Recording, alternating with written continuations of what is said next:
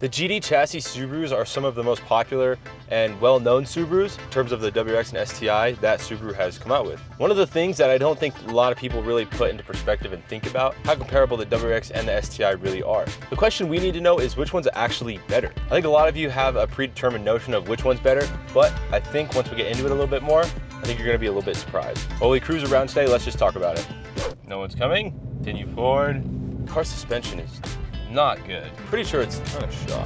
Let's talk about when the GD chassis Subarus really started. They ran from 2002 to 2007. 2002 and 2003, they had the bug eye. From 2004 to 2005, they had the blob eye. And from 2006 to 2007, they had the Hawkeye. Now the Hawkeye is really the favorite of all of them, but that's more in an opinion of what you really think. The generation of 2002 to 2005 came with a 2-liter block, which is known as the EJ205, and in Japan it was the EJ207. That was the STI motor. Now once you hit the 2006 and 2007 generations, those came with a 2.5-liter block in terms of the WRX, but the STI came into the States in 2004. As soon as the STI came in the States, it came with a 2.5-liter EJ257 block. This made the STI actually really unique and different because the USDM block was different from the JDM block.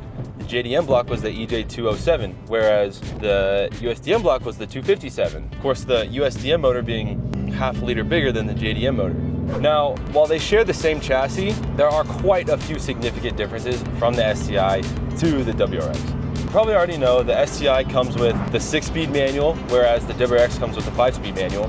The STI also comes with these blue interior suede seats, which are very iconic, and everybody seems to love them.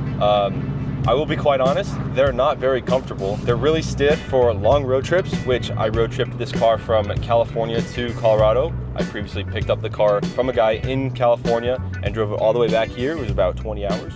That road trip was kind of brutal. The suspension is really stiff and these seats are really stiff too.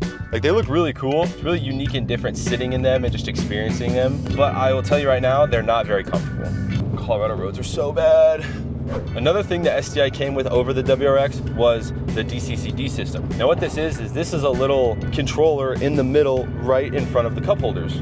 This allows you to send power where you want to through the drivetrain. It comes with a full 50-50 lock, which you don't want to use unless you're in like a snowy application where the wheels are, for the wheels slipping, it's okay. If you're on the asphalt on the road with the full 50-50 lock and you're taking a corner, you're just gonna be burning out the diff. So you don't want to be using that really unless it's like a super muddy situation or like you're really stuck. That's probably when you want to use it. Other than that, it kind of just scrolls through where the percentages want to go.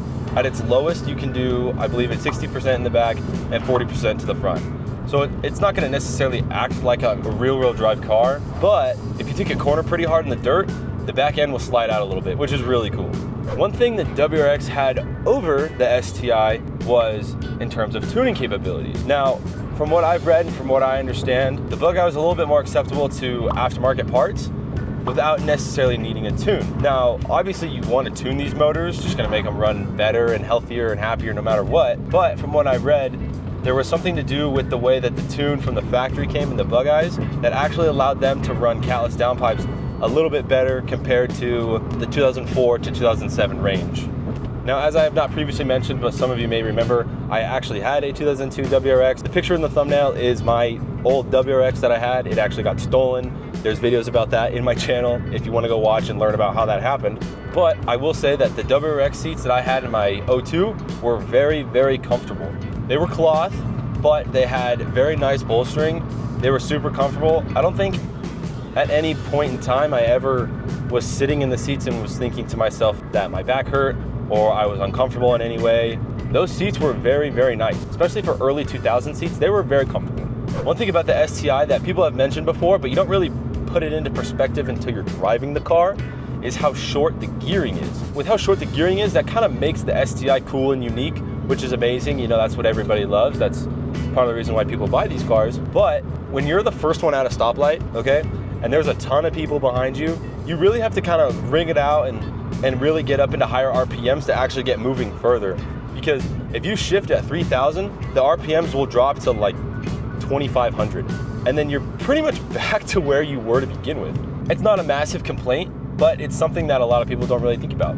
The WRX, with its 5-speed transmission, the gears were a lot longer, so for daily driving, they were sure a lot more comfortable. STI transmission is definitely a lot more for track use. So daily driving, the 6-speed transmission It's not bad, like I enjoyed it, it's still really fun, but it's definitely different compared to the long gears and the 5-speed. One thing about these generation Subarus that a lot of people talk about, and it's almost the stereotype built around these cars, is how unreliable the motors are and how unreliable they can be when really pushing the car and adding aftermarket parts to it. One thing I will say with the WRX that has an advantage over the STI, that WRX had the 2-liter block, while this has the 2.5-liter block. With that 2-liter block, I was never anxious or concerned or worried about that motor exploding. Not that I ripped on the car very hard, but I wasn't as cautious and anxious and constantly felt worried when driving the car if all of a sudden it was just gonna pop. One thing with the STI is that I do feel that anxiety a lot more. I'm a lot more cautious when getting into boost. It honestly scares me a little bit. And that's one thing that the WRX had as an advantage over the STI is I think that those 2-liter blocks are a little bit more reliable compared to the 2.5-liter blocks. Determining which GD chassis is better, the WRX or the STI, is really a toss-up.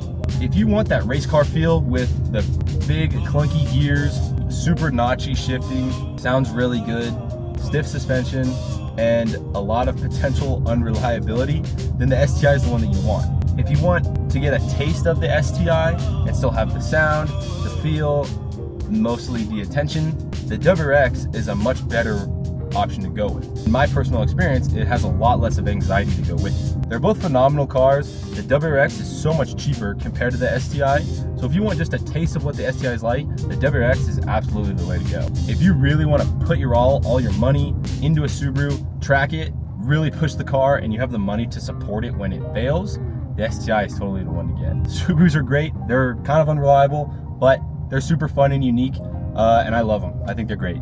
I hope you guys enjoyed the video. I'll see you guys next time.